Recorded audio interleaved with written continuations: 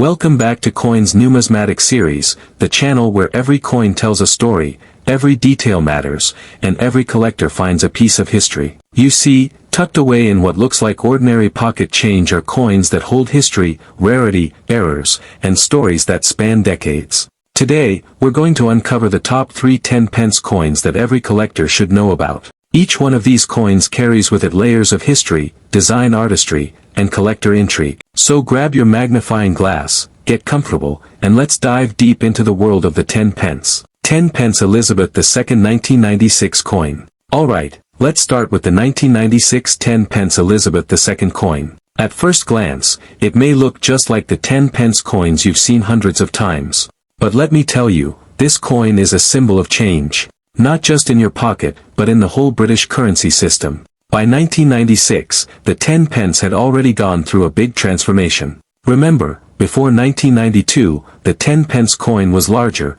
closer in size to the old florin. But after 1992, the Royal Mint introduced a smaller version, easier to carry, easier to use, and more cost-effective. The 1996 issue sits right in this transitional period, making it a fascinating study for collectors. Now let's talk design. On the obverse, we have Raphael Maklauf's portrait of Queen Elizabeth II.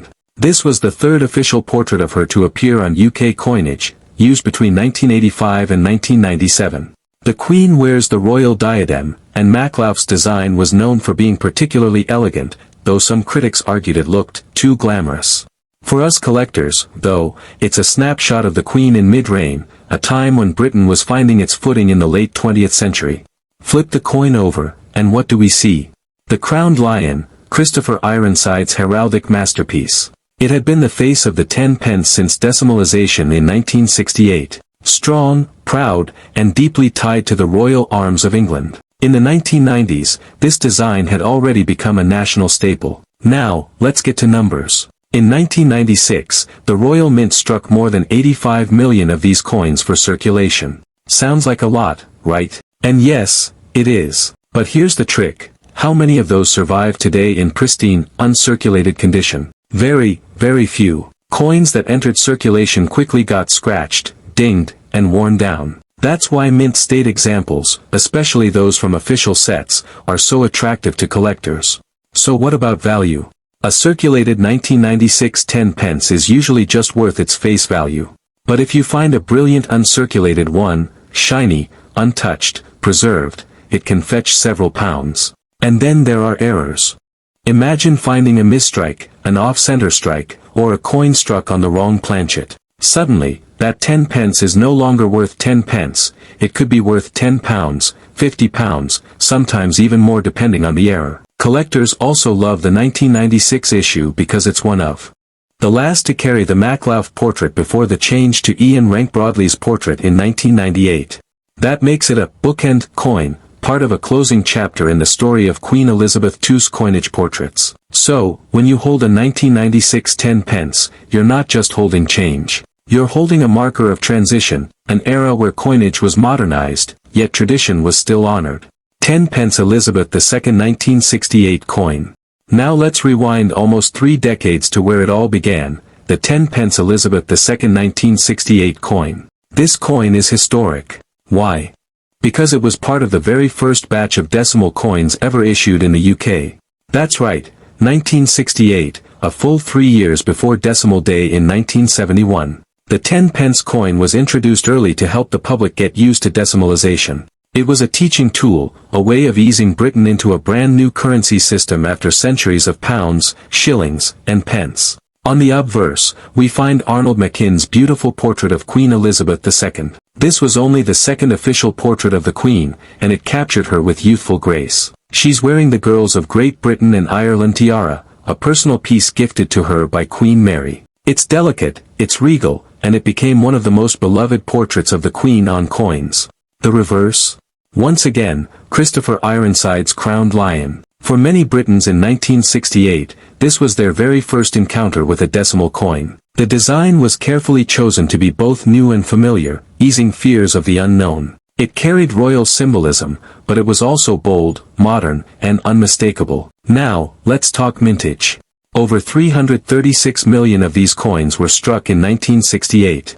Yes, that's enormous. But remember, they weren't just for collectors, they were meant to circulate and help people transition. Many of those coins have since worn down, vanished, or been withdrawn, especially after the switch to smaller 10-pence coins in the 1990s. For collectors today, circulated 1968 coins are common. But here's where it gets interesting: proof versions. In 1968, the Royal Mint also released proof sets, striking the coins with polished dies and specially prepared blanks. These proof coins sparkle with mirror-like surfaces and frosted designs, and they are the real treasures of 1968. Value?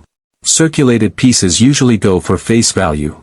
But uncirculated examples or proofs can range from £5 to £15, sometimes higher if they're slabbed and graded. And don't forget the errors, die cracks, off-center strikes, and other minting mishaps always bring extra interest and higher prices. But the real value of the 1968 coin isn't just money. It's history. It's the story of a nation shifting to a new system, of schoolchildren learning decimal math, of shopkeepers preparing for change. For older collectors, this coin is pure nostalgia. For younger ones, it's a gateway to one of the most important events in modern British monetary history. So, when you hold a 1968 10 pence, you're holding the first chapter of decimal Britain. It's not just a coin, it's a cornerstone. 10 Pence Elizabeth II 1979 coin. Finally, let's step into the late 1970s with the 10 Pence Elizabeth II 1979 coin. By this point, decimalization was well established.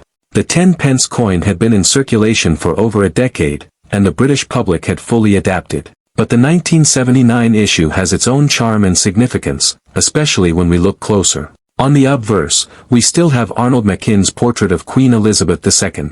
By 1979, the portrait had been in use for over 10 years, and it was instantly recognizable. It depicted the Queen in a way that was both regal and approachable, a portrait that had truly stood the test of time. The reverse continued with Ironside's crowned lion. Familiar, powerful, steady. By the late 1970s, this design had become the face of the 10 pence, a design that connected the coinage of modern Britain with the heraldry of centuries past. Now, let's get into mintage. In 1979, the Royal Mint struck just under 59 million 10 pence coins. That's significantly fewer than the massive 1968 mintage. And here's the thing, most of those coins were heavily circulated. People used them daily. They jingled in purses, clattered in tills, and wore down quickly. That makes finding high-grade, uncirculated 1979 coins much harder than you might think. For collectors, this is where the challenge comes in. A circulated 1979 coin, worth face value, but a brilliant uncirculated one, or a proof from a mint set. Now we're talking. These can fetch between £3 and £10, sometimes more depending on condition and grading. And then there are errors.